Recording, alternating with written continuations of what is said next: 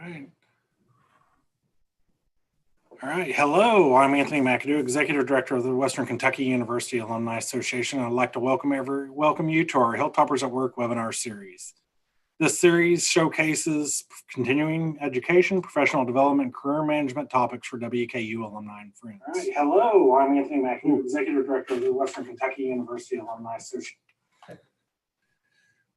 Our first webinar is Beat the Clock, Successful Time Management, and is produced through a partnership between the WKU Alumni Association and WKU Continuing and Professional Development. Joining us today on this panel is Derek Olive, Director of Continuing and Professional Development from CPD.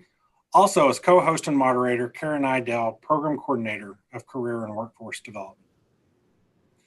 Thank you, Anthony. We are happy to partner with the WKU Alumni Association on this webinar series, and we hope that you enjoy and find some helpful information for your own professional development within this webinar. If you're looking for additional professional development or non-credit training for your workforce, you can always visit our website at wku.edu/CPD for more information. Today, I'm going to go ahead and turn it over to our trainer and facilitator. We have Dr. Aaron Huey with us today. We're pleased to have him with us. He is a WKU University Distinguished Professor. And in addition to his role as in higher education and being a professor, he also is a regular speaker and facilitator for the WKU Continuing and Professional Development Department. So without further ado, I'm going to turn it over to Dr. Aaron Huey. Thank you, Kara, for that kind introduction. I really appreciate that. And thank you to Anthony and for helping to partner with us to make these webinars available, and to Derek. And I think this has worked out pretty well so far. We'll see anyway. A special thank you and welcome to everyone who's participating in the webinar today. We know that particularly these days, your time is valuable, so we'll try to make the most of that as we bring you this, I think, increasingly important topic today. So thank you for spending an hour with us here to talk about this topic. We always like to, when we put these things together, we want to make sure that people, get what we promise. And so I always like to include a slide that has the learning outcomes. These are taken directly from the marketing materials that you responded to in order to register for the webinar today. And our hope is that by the time we finish up here in a little over an hour or so, that you'll be able to look back and say that, yes, we did indeed cover all the things that we said we were going to cover here today. This is one of those topics that I think is a little more interesting and fascinating than some people tend to think it is when you really start delving into it. But you'll get to be the judge of that. So hopefully, you'll find this beneficial and can immediately incorporate some of the things into your kind of daily routine that you have. So as we go through this, there's going to be, just to kind of explain a little bit, I'm going to have some chat questions we're going to pop up on the slide. Now, I'm not going to stop and wait for the responses to come in for do this. I am going to mention your responses a little bit later. Kara is going to be kind of watching these things behind the scenes. And so if you want to make this as interactive and experience as possible, and that's what we hope it's going to be today, take the time to use the chat function there, respond. Kara's going to keep up with those responses, and we'll come back and check and see what you had to say here in just a little bit. But this is a chance for you to share not only with us who are conducting the webinar, but also the other people who are participating in the webinar today. Anytime I attend the webinar, sometimes I learn as much from the other people in attendance as I do sometimes from the presenter. And it also gives you a chance to chat with those other folks and see how our experiences are similar to or maybe different from, other people, particularly as we're going through this kind of challenging time with the pandemic and all that. So, first question there, do you think your time management skills are better or worse than most people's? Kind of a little self-reflection there. Again, it's not required, but we would appreciate it if you take time to respond there. Let's see. Okay, quiz time. Let me give you just a couple of minutes. Well, hopefully, just 15 seconds or so. Take out a piece of paper, and you'll probably want to have something to write with. Nothing heavy duty, but we do want to make this again as interactive as possible.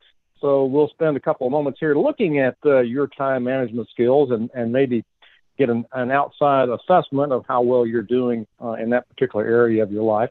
So find a piece of paper, something to write with. All you're going to actually have to do is write a number down and then the A, B, C, or D. So we've got a few questions here for you. And I know occasionally we do have folks that maybe tune in with just their phones and audio and that kind of thing. So I'll kind of read through these.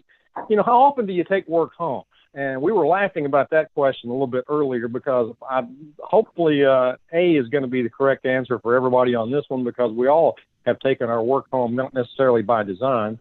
But, so on the piece of paper that we ask you to get out, just jot down the question number and then A, B, C, or D. Question 2, how many people constantly interrupt you during the course of the day? Just reflect on that for a minute. Are you one of those folks that's constantly interrupted, or you seldom get interrupted? Some of that has to do with the nature of your job. Question 3, how much time do you spend each week in other activities outside your job? So think back over the last week. Think about, A, B, C, or D, 3 hours or less, all the way up to D, 10 or more hours. Again, A, B, C, or D. Question number 4, how much time do you spend each day socializing on the job, taking coffee breaks, luncheons, long visits with other folks? I have folks that occasionally come in and want me to take a break and want to talk for 30 minutes, and it's usually when I haven't got 30 minutes to spend. But if you think about each day, how much time do you spend socializing? And that's not necessarily a bad thing. How many separate stacks of work are usually on your desk during the day? I know with computers, sometimes we do this electronically, but you kind of have an idea of the different things that you're working on during the course of the day. How much of your work do you delegate? I'm going to go out on a limb here and say some of you probably have jobs where you can delegate some things, and some of you have jobs where that's not going to be possible. A lot of people in leadership, if they're doing a good job in leadership, they've learned to delegate things. But, how much of your work do you delegate? Again, what we're looking for here is just write down the number and then A, B, C, or D for each one of those questions. Try to make sure that everybody has time to look at the questions and come up with a response. I'd rather frustrate the fast people than leave anybody behind. So give everybody a chance to respond there. Number 7, how often do you approach and discuss things with people on a one-on-one basis during the course of the day? I realize some of your jobs are, you're going to be doing a lot of one-on-one consultation, and some people don't. Number 8, how much time do you spend with your people in training and development during the course of a week? Think about that one for a minute. This could be not necessarily formal training classes, but how much do you spend actually talking, explaining how to do things, having to train someone? That could include one-on-one. How often do you procrastinate? You need to be working on it, but just don't want to work on it right now. I'm always suspect. Now, you may be one of those folks that never procrastinates, and I salute you. But I'm one of those folks that I wait till the last minute sometimes. Number 10, how many times do you handle a piece of paper in the course of the day? And we could include in that one, a computer file. How many times do you pull it up? I've got things on my computer right now in my inbox that I pull up and look at it, and I minimize it. I said, I don't feel like working on it right now. I may pull it up 3 or 4 times. How often do you permit extensions of your own deadlines? One of the things we'll talk about here when we get to the strategies about time management is one of the things that you can do is set your own deadlines. A lot of you work with people I know that you have deadlines set for you, but one of the ways I manage things is that if I know the report's due by 9 o'clock on Friday, I'll make sure that I have it done by Thursday afternoon. That's my own deadline. And number 12, how do you approach detail work? Are you one of those folks that loves detail work? And a lot of times people that the ones that don't delegate as much, one of the things we don't tend to delegate is work that we consider to be detail work. And some people are horrible at detail work. They're big picture folks. They just want to give you kind of point you in the right direction and let you figure out the details. So I have known folks that kind of delegate all the detail work. So again, give a chance to reflect on those for just a minute. We'll just a few more here, then we'll see how you did. How often do you set, communicate, and review departmental individual goals with their subordinates? Some of you, I know you have people that report to you. how often do you sit down and have to remind them, okay, remember, here's what we're all about. Here's what we're trying to get accomplished. Here are the important things. Let's keep those in mind. How often do you prepare to-do lists and set priorities? One of the big tools that we use, to keep ourselves on track is a to-do list. I had a supervisor one time that would constantly prepare to-do lists. He would make a to-do list that had like 16 things on it. Once he would mark 4 or 5 off, he'd have to go back and redo the whole to-do list so it looked kind of nice and neat. It worked for him. That was a little OCD for me. But, 15 there. How much of your work do you do because you really want to do it? Hopefully we all have jobs that on some level we're doing things that we like to do, we enjoy to do. If not, life is going to be a very long, painful experience. So how much of your work do because you really want to do it? We tend to, by the way, do those things we want to do, and we tend to put off the things that we don't really want to do. And so that has obvious implications for time management. So give everybody a chance to respond there. So the way we're going to score this one is give yourself 1 point. Go back and count the number of A responses you had. You're going to get 1 point for every A. You're going to get 2 points for every B response. You're going to get 3 points for a C, and then 4 points for every D response that you had. So we'll give everybody a chance to go through these relatively quickly. 1 point for every A, 2 points for every B, 3 points for C, and 4 points for a D. So just a moment there.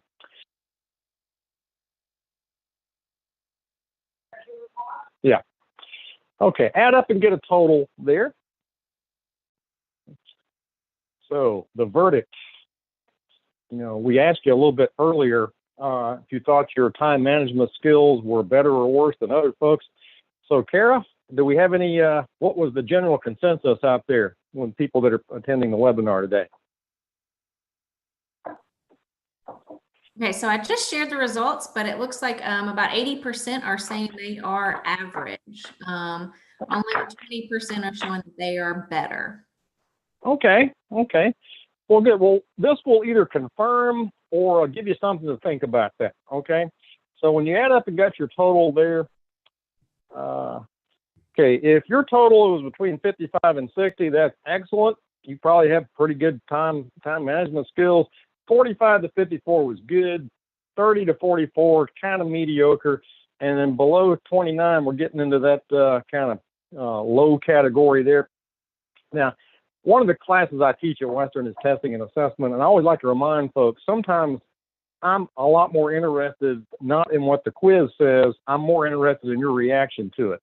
So, if you did think that your time management skills were kind of in that average category, well, you should be in that good or mediocre kind of category there. The way someone responds to something like this is much more insightful to me than what the instrument actually says, because how you see yourself is a big determinant of how you do anything, including how you use your time. So again, we'll give you something to think about there for just a little bit. At least if you either were validated or not validated by the quiz. So first things first, and some of you know this, you've seen this. Some of you, may have it on a coffee cup. You can't really manage time. And we all have exactly the same amount of time in the course of the day. So we're talking about something a little bit different here. So most of the time when people talk about time management, what they actually mean is self-management. We've all got exactly the same amount of time. It's what we do during that time, how we manage ourselves. We can't, no matter what we do, we can't really create more time in an absolute sense.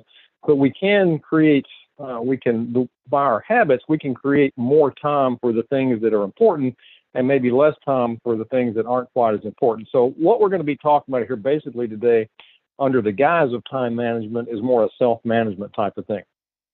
So newsflash, some of you already know this, from experience, you've worked with this, this is one of the truisms. Awareness doesn't always lead to action. Now, most of the time when we deal with a topic like this, where we're talking about ideas for how we can better manage ourselves, how we help manage our time, a lot of people know exactly what they should be doing. In fact, you can ask a lot of folks, well, what would make you more organized? And they could list off and talk about it all day long. That doesn't mean they're going to do those things. So most training has at least two components to it. It has a technical part where you talk about, here's the things you need to do. And then there's that human relations part, which, are you actually going to do it? And that gets into the motivation part. Do you have the desire? A lot of people know exactly how they should handle certain aspects of their life, relationships, time management, self-management, but they don't do those things. They feel like they can't, or they won't, or it just takes too much effort. So we're going to make the assumption here that you're attending a, time management webinar today, that you have some desire to want to get a better handle on how you manage your time. So the bottom line to all this is just, don't just sit there and kind of nod in agreement on everything. Think about how you can actually apply this information, how it can actually change some of the things that you're doing.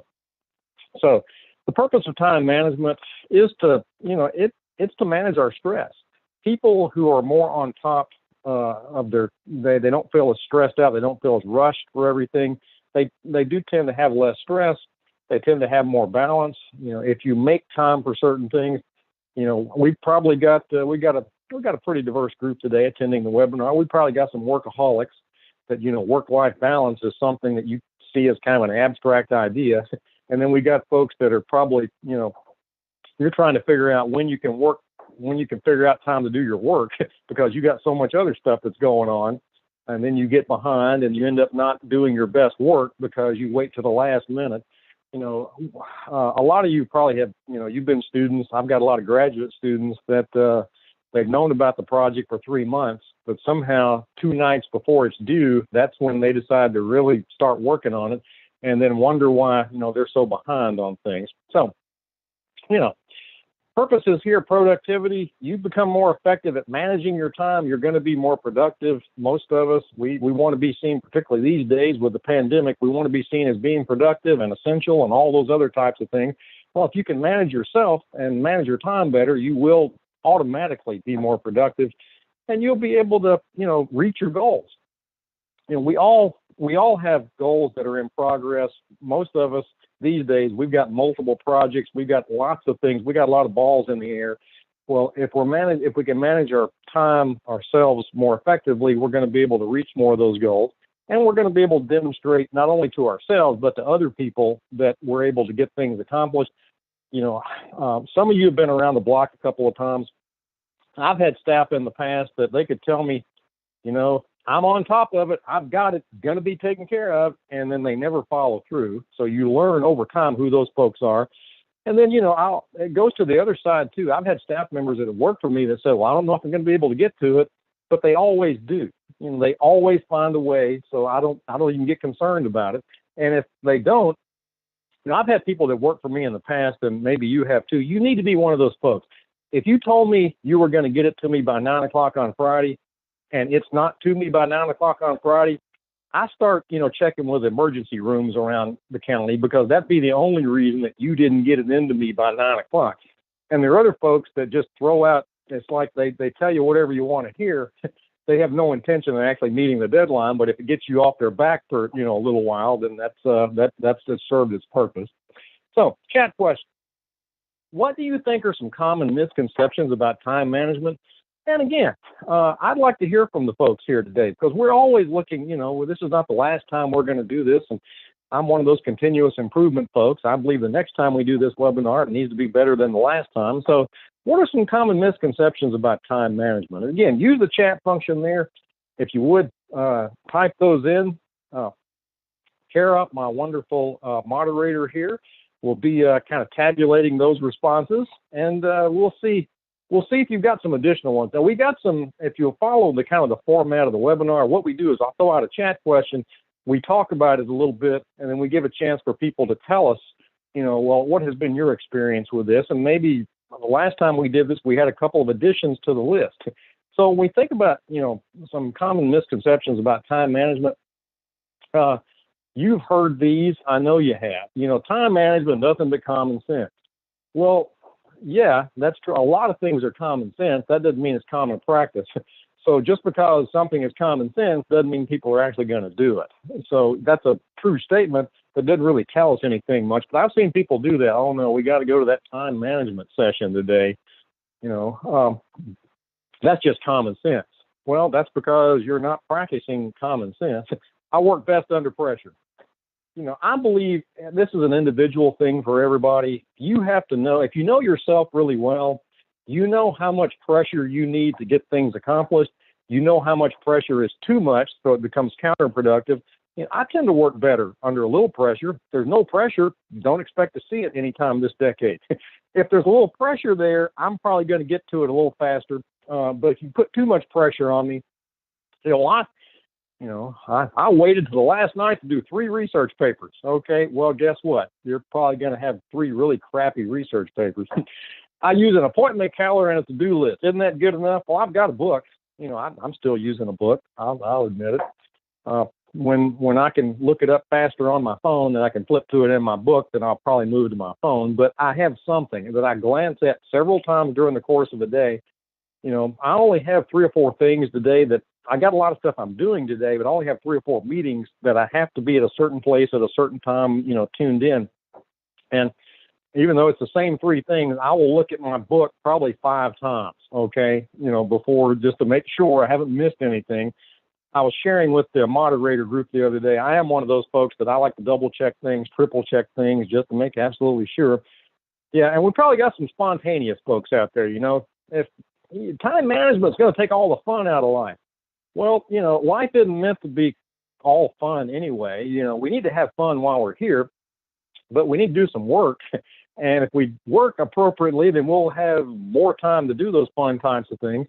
Most of we all go through a period when we were growing up where life was all about fun, and everything else was just an inconvenience. Well, somewhere along the line, the switch should have clicked and say, I need to do some of these work things so that I can enjoy. At least I'll have some money to do some of the fun things. I don't have time to learn all of this. That's always an interesting response to me. I don't have time to go to the time management seminar. Okay, I'd like to kind of follow you around with a clipboard and kind of see how busy you are. I'm always a little suspect of that. Now, you might not have time to do a time management webinar. I understand. But I'm always a little suspect of people that never have enough time to do anything. Sometimes I could tell Anthony, well, I'm going to be over here working with Derek. I'm going to tell Derek I'm going to be over there working with Anthony. Then I can go do whatever I want. Okay, everybody thinks I'm in someplace else. But I'm busy. I'm staying busy. Okay. Kara, did we have some misconceptions of the folks that are attending today? We have some additions to that list. Sure. Yeah, we reiterated the calendar. So we heard my calendar is my time management practice, and okay, that's a common misconception. We've got I've got time to get it finished. And then the people who are good at it think it's easy. And, some that are natural born procrastinators, it's not so easy. Yeah. Well, I can remember literally, true story. I remember going back to the 5th grade thinking, okay, I don't have to work on my homework tonight. I can stay up all night and do it. And I got several hours before tomorrow. That didn't work for a number of reasons, mainly because mom wondered what I was doing up at 2 a.m. So, there's a lot of misconceptions out there about the time and what our capabilities are. If you know yourself and you're honest with yourself, you'll know whether or not you have enough time to do something. So planning does put you in control. So getting down to some of the nuts and the bolts here about time management, this is one of those things where awareness doesn't always lead to action. I would say what's on the screen right now, setting long-range goals and objectives linked to them, which means you got a big picture of what you want to get accomplished, and you have some idea of, the steps it's going to take to kind of get you there. And some people do things, they write everything out and they have lists for everything. Some folks keep up with it in their head, but in order to be effective at time management, which again, we're talking about self-management, you need to learn how to set long-range goals and break things down into their component parts. And again, this is one of those things where I'm always amazed. A lot of people have heard about SMART goals and objectives. Every time I do a presentation or a training or a webinar on this, there's always somebody that seems like they haven't been exposed to this in the past. But when you think about your goals and objectives, you need to be as specific as possible. You need to do something you can measure. There's an old saying out there: "What gets measured is what gets done." It needs to be achievable. I'm not a big believer in aspirational goals. We're going to shoot for the stars. We know it's unattainable, but let's try to, we're going to make 1 million parts with 0 defects. Well, that's not realistically achievable. We need to shoot for that, but that doesn't motivate me on a day-to-day, minute-to-minute basis. It needs to be realistic. And realistic is something that comes down to each individual person. There are things that are realistic for me because I've been doing it a long time that are not going to be realistic for somebody that doesn't have that much experience. And somebody that has a lot more experience and expertise than me can do something a lot quicker. So I'm always one of those folks. I'm a little skeptical when somebody says, your supervisor says, well, I know that job can be done in 5 minutes because I can do it in 5 minutes. Well, yeah, you could do it blindfolded in 5 minutes because you've been doing it forever. I haven't been doing it that long. It's going to take me more than 5 minutes just to get that done. That was one of the big problems with those time and motion studies that some of you are probably aware of, that some people just can do things faster and more accurately than others. In a class in high school, one of the best classes I ever took was typing. I think they call it keyboarding or something else now, but that really helped me in my whole life and career. I was always pretty accurate, but I wasn't as fast because I never mastered the art of not looking at my fingers when I was typing. I always had to glance over, get a block of text, and come back and look at myself typing it. Well, there's going to be different strokes for different folks, so to speak. But then time, anytime you have a goal or objective, you always need to have benchmarks. You need to have, if I've got a term paper due at the end of the semester, by next week, I'm going to have the outline. And then after the week after, I'm going to have done my research, and then I know that, am I making progress toward this? That all sounds good, but you actually have to practice it in order for it to work very much. So, SMART goals are good. You set those long-range goals and objectives and establish priorities. One of the things that we were talking about here before the beginning of the webinar is that, if you were to hire me to work for you, and you give me a job description and say there's 10 things on that job description, you're going to have to tell me what you consider most important and what is less important, because if you don't establish some priorities for me, I'll establish my own priorities, and they may not be in alignment with your priorities. So even though you have a to-do list, you've got 10, 15 things on it, you need to have some criteria for judging what are the most important things, what are the most urgent things, what are the things that need to be done now, and what are the things that can legitimately wait for a little later. So, 5 priority setting traps. And again, some of you, we're going to go down this list and you're probably going to think to yourself, yep, I do that. Yep, I do that. I do several of these things, and I'm the one talking about the topic today. Whatever hits first. I've seen people go down their email and just whatever's next on the email, that's what I'm going to spend some time on. Well, there might be, you look down 3 or 4 emails down that list, there might be something that has urgent and important written all over it, and somebody expects you to get back to them right away. But no, I'm going to stop right now and do the next thing. The next email that pops up is where I'm going to spend my time. So, whatever hits first, I consider writing reference letters for students who are looking for jobs to be pretty high priority. Usually you have a little leeway. I see an email from a student that says, I need a reference, I need a letter of support for this job I'm applying for. Well, usually the first thing I look for is, when is it due? When do I need to get it to them? When do they need to have it turned in? I'm not going to stop what I'm doing right then and write a letter of support.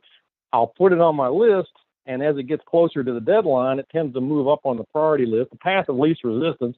Well, what's the least amount of effort I can put into this and still kind of be acceptable and get away with it? Sometimes you can take shortcuts. Sometimes you can't. Sometimes you try to take a shortcut and you end up creating a lot more work for yourself in the long run, which takes more time, which stresses you out even more. The squeaky wheel, I'm going to go ahead and do this for this person because I'm tired of them griping about it and constantly bringing it up to me all the time. Well, people know this about you. If I'm one of those folks that, about the 3rd time Derek sends me an email telling me I need to get something to him, well, fine. I'm going to stop whatever I'm doing and get it to him because I want him to stop sending me email and get off my back about this. Well, Derek may be one of those folks that he knows this about me. he knows if he brings it up 2 or 3 times, I'll stop whatever I'm doing, even though it might not be in my best interest, or just by default, people that go through working on things just based on whatever happens to, be front and center in their consciousness at the moment. Well, I need to work on this. And right in the middle of doing one task, I'll stop and work on something else, or just whenever I'm inspired. There's nothing wrong with inspiration. But sometimes the world is not going to stop because you have a moment or something came to you. So now I'm going to spend all day working on this great idea I had and neglect everything else I should be working on. My general rule is that you need to know what the main event is. Whether or not you're talking about your job, you're talking about work, you're talking about your personal life, you need to know what the most important things are. And you need to make sure that you give those the appropriate amount of attention. And so if I feel inspired, I could be out going for a run. Suddenly an idea hits me about a new training class. Well, I may have some deadlines. I'm supposed to get some outlines and some PowerPoints and presentations in, but I don't want to do any of that because I got inspired. I got this great idea for a new topic. I'm going to spend all day working on that. Well, that's not the best use of my time. And I've learned over time, if I'm inspired, write it down, make a note of it, and then when I've taken care of the main event, come back and work on it a little bit there. So some of you may be familiar with this. I think this was popularized by Covey, back in his 7 Habits book. This idea, but this is something that most people consider to be very helpful when they're trying to prioritize things. Most of the things that we have to do, either in our jobs or in our life, they fall into somewhere on these 4 quadrants. It's urgent and important. Crises. If the flames are up around your waist, that is urgent and important, and you need to do something right now. You got a pressing problem. The provost contacts me and says, I need that data on my desk by 9 o'clock tonight.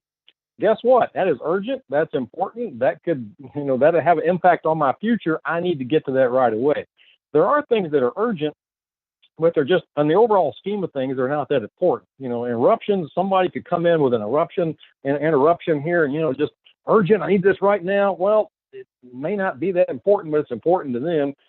Checking your mail, meetings, popular activities. There could be things that are important, but they're just not urgent. Prevention activities, relationship building. Most of us would agree if you're going to be successful in life at your job, it comes down to the relationships you build with other folks.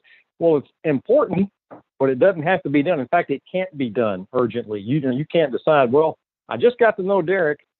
I'm going to build a really good trusting relationship with him, and I'm going to do it by tomorrow. Okay? Not going to happen.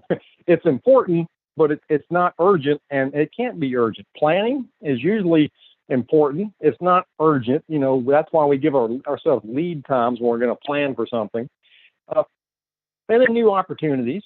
They're important. Most of our jobs, most of what we do, all of us, depends on new opportunities, but you got to be careful about making them too urgent. And then what you don't want is to look up at the end of the day and you've spent most of your time that day on stuff that's not urgent, stuff's not important, and it's because just stuff you wanted to be doing. Yeah, I could get on Google, I could get on Amazon and probably spend hours just kind of going through, that'd be good. Let me take it. Well, not important, not urgent. And then I'm going to get stressed at some point because when I do those things, I end up neglecting other things that I really need to be working on. Chat question. Have you ever heard of the 80-20 Pareto Principle? Yeah. So just a kind of a yes or no there. Have you ever heard of the 80-20 Pareto Principle? I'll give people a chance to respond here a little bit. This is always kind of personally interesting to me too, something about this, because I'm one of those folks that when I first became aware of the 80-20 Pareto Principle, I do what I usually do. I got on and Googled and did all kinds of research and see, is this a real thing? And, trying to find data and stuff. This is a real interesting concept I want to talk about here, this 80-20. And as we go through this, I think most people will realize this, you can think about things in your life where this really applies. So, okay. First of all, the theory of predictable imbalance, the relationship between input and output is rarely ever balanced. If you think about, you put a lot of effort into a relatively small number of things and you put less effort into a larger number of things. And, this is really true for me. And a lot of people that I talk to when I do training and face-to-face is that 20% of the effort produce 80% of the results. Now, there's a time element to this too. Some of you are probably most productive in the morning, and that's when we need to stay out of your way. It's not time to be doing relationship building and come by wanting you to take a break and have a cup of coffee. Some of you work best in the afternoon. That's when you get intense. That's when your energy level is high. But for most of us, 20% of the efforts produce 80% of the results. So another way of thinking about this, where are you on this? Well, you're in that 80%, and think about this and be honest with yourself. Nobody's there checking you for accuracy. Do you work on tasks other people want to, but you really have no investment? Well, I need to work on this. I really don't care anything about it. I got to get it done because they want it and they think it's important. We all have some of that we do. All jobs entail you doing something you don't really want to do or don't see the importance. But if the majority of your stuff you're doing falls into that category, this is kind of a flag. Frequently working on tasks labeled urgent. Well, I don't work on anything until it reaches the urgent category. Well, you're probably a train wreck waiting to happen then. So you need to be aware of that. Spending time on tasks you're not good at. Now, there's a difference between spending time on something you're not good at because you want to get better at it and spending time on stuff you're not good at because you don't really know what you're doing. And just I can convince somebody I'm working on this, or one of those folks that complains all the time. And we're not going to ask for a show of hands, but try not to be one of those folks. I'm convinced there's people in this world who just aren't happy unless they're unhappy. If they don't have 19 things to complain about at any given time, their life isn't fulfilled. Just a word to the wise, you're never going to make those people happy, by the way. They are happiest when they're complaining. And so you could do everything on the list that they say would make them happy, and by the time you got finished, they'd have a new list. Because the point is to be able to complain. And you know who those people are. I tend to gravitate away from them, by the way, in work situations. Even if what they're saying is true, nobody likes to be around people that are just constantly complaining and things are always bad and getting worse. In the 20%, think about how you spend your time. Are you engaged in activities that advance your overall purpose in life? Now, we're not saying that, everything you do has to be meaningful and profound and make a difference on the universe. But if most of the time you're engaged in things that you find important and relevant, you're doing things that you've always wanted to do or make you feel good about yourself. I've known people that wanted to get into golf. In fact, they've wanted to get into golf for 40 years, okay? And eventually they think they're going to get into it, but then they're going to look up one day and they're going to be retired and not physically able to do golf. So, they kind of missed out on a great chance there. Work on things you don't like, but you're doing because they're related to the bigger picture. A lot of things that I do, I get into trouble if I don't do them. I don't necessarily get a reward if I do them. Even if I do them well, I just have to get them done. We do a lot of reports in higher education that I'm not convinced people are going to go over them very carefully, but if you don't do them, it's going to be the end of the world, okay? So you need to do them and just kind of get them off your plate. And, if you're smiling a lot, that's the opposite of you're complaining a lot. Most people usually aren't smiling unless they're sadistic or something. But if you're one of those folks that's smiling all the time, that's good. I gravitate toward people that smile and always have something pleasant to say and good to say. They may not mean the best use of time, but they're more pleasant to work around. So, again, if you're going to implement the 80-20 rule, keep current, make yourself aware of the new innovations that are going on. You don't have to be an expert on everything, but usually technology allows us to do things in a more effective, efficient, easier, less labor-intensive manner. I'm sure there may be a few folks attending the webinar today who remember life before word processing. Life before word processing was kind of, remember that, people talk about, you die and go to the bad place. Well, for me, doing a term paper with a typewriter kind of fell into that category. So word processing, remember the basics, know your ethics and values, make sure that what you're doing, you're not going to do a good job if you're doing something you don't think you should be doing. So you need to be aware of kind of what your limits are and what your rules are. Planning, and we talked about that, establishing priorities. Know your energy cycle. I alluded to this one a few moments ago, but again, I'm a firm believer in this, and I didn't used to be. There are folks attending this webinar that absolutely you are at a high level in the morning. that's when you do your best work. That's when you want to do your work, and then you can kind of ease up in the afternoon. I know folks that can't do anything important in the morning. They have to kind of work up to it. And after lunch, they become, like a machine. But that's when their energy is highest. And some of you, maybe it fluctuates up and down. You may be a little moody, So you need to know when you work best. And, you need to create a plan and write it down on your phone, write it down in your head. But create a plan and then try to stick to it. I know a lot of people, again, awareness, they have all kinds of plans. They never really stick to them, so it doesn't really help them that much. So you've got to write it down. Start with long-range goals. Try to tie some of this stuff together. What is it you're trying to accomplish? And one of the things that I ask our students when they are entering the graduate program, not a coordinator, okay, where do you see yourself in 5 years? Where do you see yourself in 10 years? They don't know. All of us are here today because we were headed somewhere at some point and stuff happened. Okay, relationship happened, jobs happened, health issues happen, all kinds of things happen. But hopefully we had a plan in our head. We had some goals, and one of the questions that when I was working as a supervisor, what I would ask, okay, try to relate everything you do to those goals.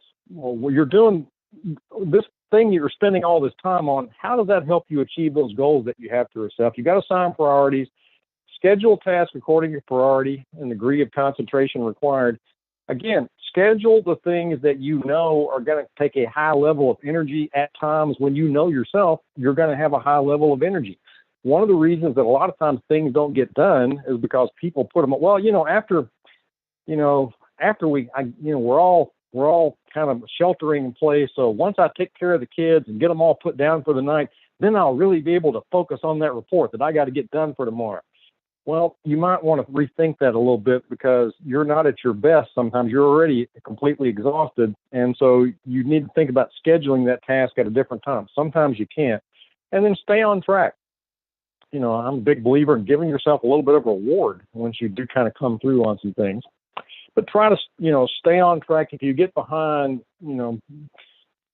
sometimes it becomes a self-fulfilling cycle or whatever, so that you get behind, so you get stressed out, which means you get more behind and you make more mistakes. So you got to be careful about that.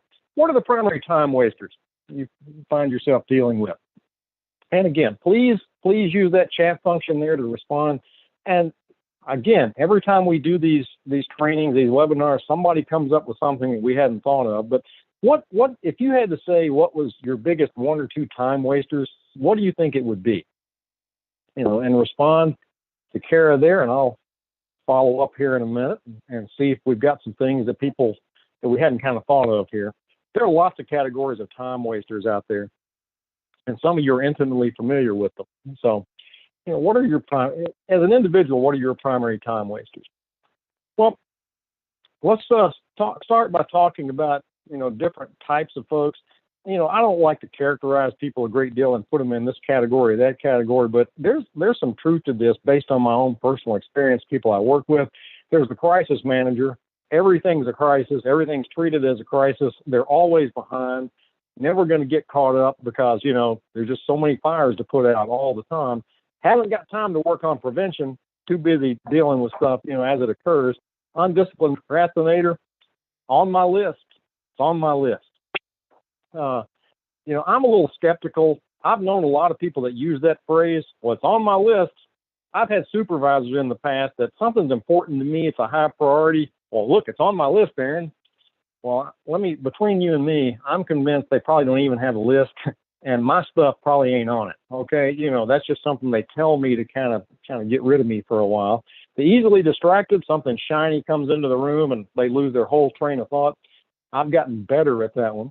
The perfectionist, there is a such thing as good enough for the task. And not everything has to be perfect. Some people, I've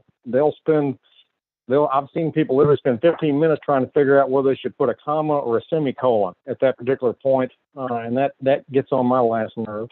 The systematically inefficient, heart's in the right place, just can't seem to do it. Some of these folks. Hopefully we don't have anybody attending here today, but they're trying. They just can't seem to be efficient at anything that they do. The non-communicator, you don't find out that they're not going to be on time until 5 minutes before it's due, and then kind of everything falls apart. The impulsive wanderer, either in conversation or when they get on the computer, part of my job requires me to do a little research on the computer, so I started looking up a site, and I noticed the site was originating from India. So, I had to spend the next hour trying to figure out a lot about India, because I need to know more about the continent where my information is coming from. And next thing you know, I've forgotten completely about what I was supposed to be doing because I'm now somewhere in the internet looking at India, or I was, So time wasters. We had some folks, Kara, that told us some time waster types of things. We do. The biggest, I would say the biggest commonality would be technology. We had a lot of social media and email and tech. Yeah. And Hulu and Netflix these days, we're all home, right? Exactly. Some things, telemarketing calls, they can get you distracted. Getting back on track after those interruptions.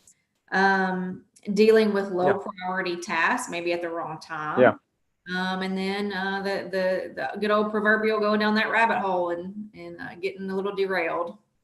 That's a big one. Well, we're going to talk about some time waste. Let me just give some folks a suggestion from personal experience. If this is you log on, you turn on your computer in the morning, and the first thing you do is pull up Facebook, then you pull up your email, then maybe you pull up Blackboard, maybe you pull up TopNet, and you pull up something else you're working on. Don't pull up Facebook as the first thing that you pull up. You might want to, because that's going to be too much of a temptation. There's some things you're going to be doing. I'm teaching online like a lot of folks are. I have to not even have Facebook or sometimes email in the other window because I see another email pop in. I got to get over there and look. Somebody responded to one of my posts. I got to go and respond right now. Next thing you know, I'm way behind. So don't, try to remove that temptation. Leaving tasks unfinished. I'm going to get back to it later. Well, as the list of things you're going to get back to later starts to grow, you're going to start to get stressed. Inadequate staff. Sometimes this is outside your control, but there are, in any given office, department, company, whatever, there are X number of people that it requires to do a job in a certain period of time. You have less than that number of people, it's going to get difficult for you to accomplish what you need to accomplish. You can do it for a short period of time, but then that starts to get old after a while. All of us, if somebody's out sick, we can all cover for them and go above and beyond and put a little more effort into things. If 2 weeks later they're still out, we need to do something else. There needs to be a plan B because we can't operate at that principle. And some of you know this from personal experience. If you need 5 people in your office to do the job and you only have 4 for a couple of weeks, there'll be some genius figuring out, you can do that office with 4 people. You don't really need 5. Well, yeah, you do. Just because people are willing to go above and beyond doesn't mean they need to be punished for it. Socializing, spending too much time just hanging out. I've literally had conversations with folks that talked about how behind they are, and they just spent their 20 minutes, at the water fountain talking about how behind they are. They're never going to get caught up on stuff, and I've got too much to do. It's just kind of, they don't see the irony in that. Confused responsibility or authority, people are pointing fingers at each other, and if a deadline gets missed, sometimes the first thing that happens is, well, I didn't think that was my job anyway. Well, you're supposed to be in charge of that. Why am I doing this?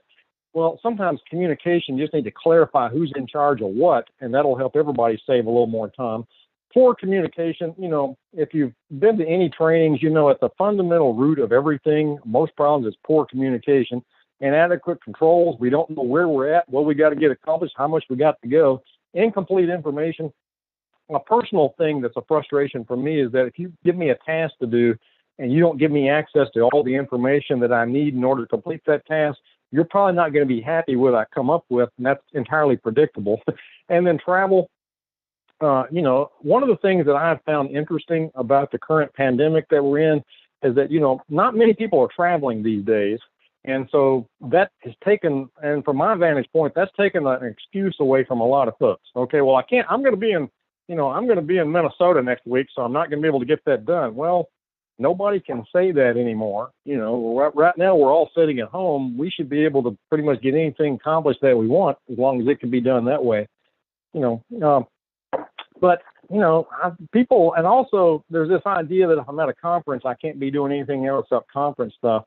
Every conference, every professional meeting I've ever traveled to, I'm able to get a lot of stuff done because I decide I'm not going to hang out at the bar till midnight. Okay. Time wasters, management by crisis, telephone interruptions. You don't have to answer it every time it rings. Okay, just a quick tip there. Inadequate planning. Don't know what we're doing. Drop in visitors.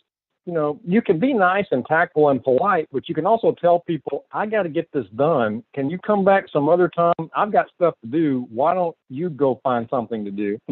Ineffective delegation. You delegate it to somebody because you're trying to be developmental, but from their vantage point, you've just thrown them into the deep end of the pool and tell them learn how to swim.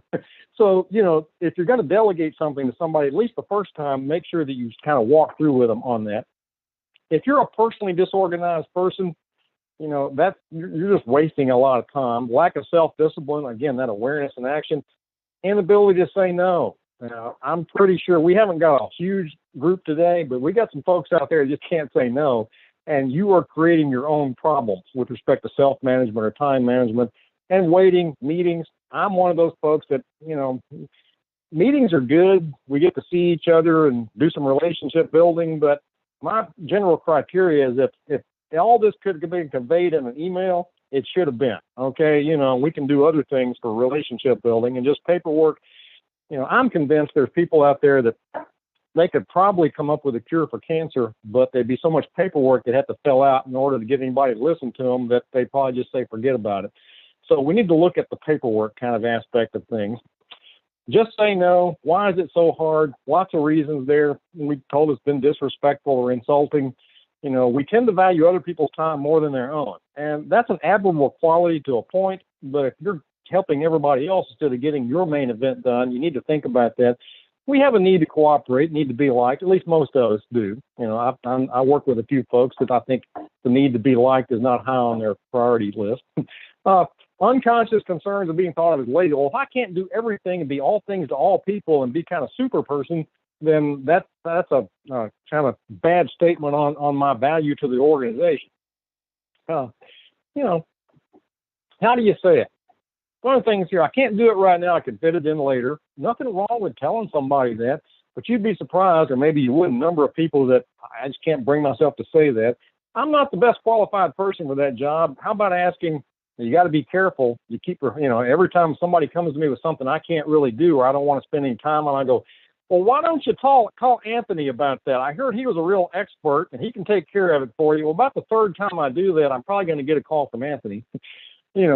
I just don't have any room in my schedule for the next few weeks. I've known pretty high-level administrators that I need to talk to them about something that's pretty urgent. Well, I got an opening in June, which is not good. I can't focus on that right now.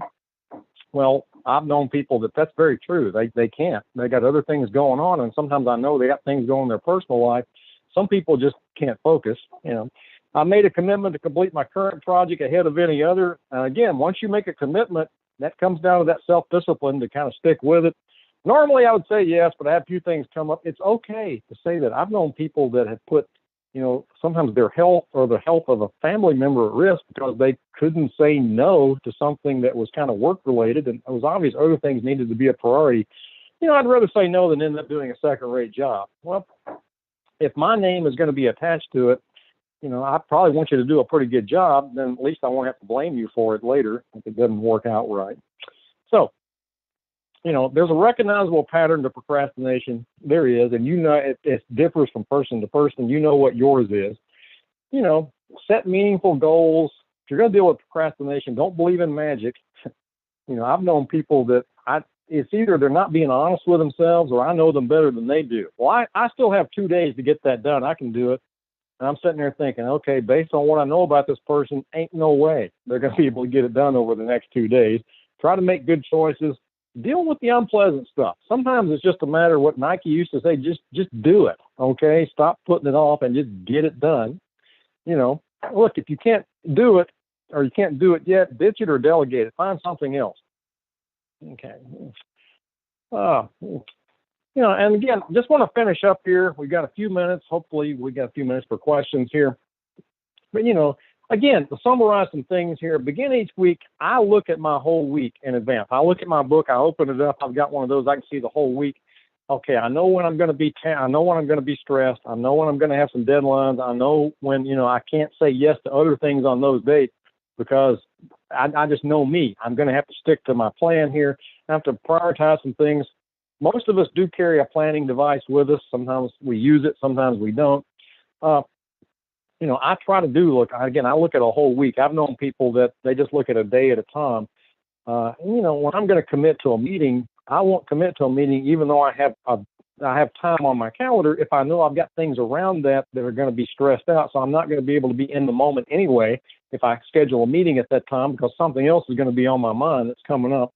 And Martin, I put all my faculty meetings on my calendar, and anything that Derek or Kara give me that goes on my calendar with a lot of stars, and I circle it and I underline it and I put it in boldface because those are the things that are really important. And retrograde planning, work backwards from the date that something is due in order to get it there, break it into components. And some of you probably do that just instinctively. Here's the deadline. You work backwards and give a pretty good realistic view of what you need to be doing. And just ask yourself some questions. Is this the best use of my time right now? All of us are going to be able to say no to that question at some point. But if you're saying no to that, if you're answering no to that 4 or 5 times a day, you got some issues that you probably need to address.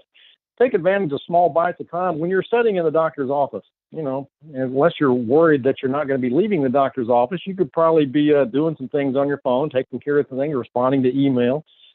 Plan activities according to your physiology.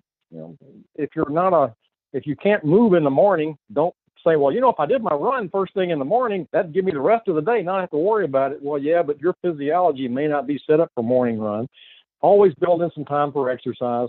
Take care of yourself, care. So had a case study there, but I'm looking at the time. We're kind of rapidly approaching that deadline. So I do want to open this up for questions, comments, and that kind of thing. So I'll turn it back over to you, Kara. And if we have anybody that wants to ask a question, make a comment, talk to me or anybody on the panel, we appreciate entertaining those now. Sure, we do. We first off, we have a comment from Fallon that says that she tells students to give themselves warning for any bigger projects in whatever calendar they use. So post out a week ahead, 2 weeks ahead, and make a note of the due date. That's excellent. That's excellent. Yeah, I've given that same advice. Again, it works, but you got to get people to incorporate that into their habits. They got to learn to do that. And when they do put it, I was being a little facetious a while ago, but I've known people that do that. They'll put it in boldface. They'll draw circles around it. They'll put stars by it, and it still won't make any difference. They still they're trying to convince themselves that's important. But yeah, put things, particularly important deadlines that are going to be out, and make a note earlier in your planner too. If I've got a really important project that's due in 3 weeks, and I don't look at it till the week, I open it up and look at the week ahead that's due, I need to put a little note in my calendar of those previous 2 weeks that I got something coming up to kind of remind me of that. Yeah, good idea. Okay, we have a couple more. We have some really good questions here. Christy asked, what tips do you have for those who have to use Facebook in their jobs, whether they're a member of groups that are relative to their job or deal with clients that do messages on. That's a good question. That's absolutely fine. That's work related. And so that falls into that category. When I was talking about Facebook earlier, a lot of what I do on Facebook is not work related. I do give people shout outs, and I like to accentuate when people have done things, and I do communicate. I did some marketing for the webinar today. I put that on. That's kind of a work related thing, things that we're going to be doing. Sometimes when it's on your personal Facebook page, everybody interprets everything as self-promotion anyway, even though it could be kind of work related. But if your job involves Facebook, then you need to, when you get up in the morning, open up Facebook, because that's what you do. That's part of your job responsibilities. That's not really a distraction. That can be a distraction. If you're on Facebook doing job related things, then you're going to have the self-discipline every time a notification comes in that has nothing to do with what you're working on. You're going to have the self-discipline not to immediately click on it and see what's going on. And that's where it becomes a little blurred. When you're dealing with social media, and there's lots of times when I'm on there, I'm setting up a future meeting about something. We're going to have we do a lot of marketing now for our graduate program through Facebook. We'll set up an all live chat, and sometimes it takes me 3 times as long to set that up because I have to respond to everything that pops in while I'm there. But if your job involves social media, certainly that's not using it for a purpose other than what your job is. Yeah, it makes sense. Okay. Okay, another good one comes from Anthony. Do you have any advice on how to manage up with your supervisor on this topic? Well, that's always going to be a tricky one because it's going to depend on who your supervisor is and what their personality is. My general advice is you need to really get to know what your supervisor's priorities are and kind of play to those. You want to be influential when you're managing upward, but you don't want to be seen as being manipulative. And sometimes that's a fine line. So if I know Anthony really considers something to be very important, what I know is that anytime I go to him with an idea, if I can somehow tie it to something he considers to be very important, he's probably going to be a little bit more receptive and we'll get more open to it too. Now, sometimes what you have to do, and you have to make sure that you're being honest and you're being accurate about this. If, let's say, Derek was my supervisor and he's given me 3 things that he wants done by the end of business day, okay? And I know that I'm not going to be able to get all 3 done. It's going to be physically impossible. That's an honest statement. I'm not trying to make an excuse or get out of anything. So what I need to be able to do is go to Derek and say, Derek, I know you need these 3 things done, but that's just not going to happen. So I need you to tell me which 2 is most important. And I promise first thing in the morning, I'll work on the 3rd. And I'm not trying to get out of anything. It's not an excuse. I'm just telling you, I don't know if you're completely aware, and you got to be careful about making statements like that. But this is going to require a little bit more work and a few more sub-steps than maybe you're aware of or had thought of. So you need to tell me, I can get 2 of those things done. I can do a really good job. Tell me what those things are, and I'll work on those this afternoon, and I'll get to the other thing in the morning. Most of the time, being realistic, Derek was going to make it. He'll help me make a decision. Okay, I understand. Well, if you can only get 2 out of the 3, then work on these 2. But you need to present everything as a question. You don't want to go in and start giving ultimatums. Well, you got me stressed out. I can't do all this stuff, and it's all your fault. And you need to really rethink my job description. If you want me to do all this stuff, you need to pay me more and stuff. Which there may be some element of truth to all that stuff, but that's not going to go over well with most people that I know are in supervisory roles. So, and a lot of it comes down to just getting the people that you report to understand truly what your job entails. Now, that's where you got to be honest. If you know in your mind it's only going to take an hour, but you're trying to make it sound like it's going to take 2 hours, well, eventually people will figure out the game that you're playing, and it's not going to work out well for you. So, knowing, my biggest thing is know your supervisor, the people above you, know them as well as you possibly can, and then use that information to influence them, not to manipulate them. And it can be done. I'm big on speaking your mind. That doesn't mean you go out and call people idiots. There's a way to speak your mind and you come across as intelligent and you have a good point. And there's a way to speak your mind that you come across as a rebel and you're just not going to do what your job says you need to do. And you don't want to be in that last category. Excellent questions. Yeah. And I think our last question is regarding resources. Do you have any resources that you might want to point people to on? Yeah, what we're going to do, and Anthony and I have already actually talked about this, as well as Derek and Kara. We're going to put some resources on the website that's associated with the webinar today.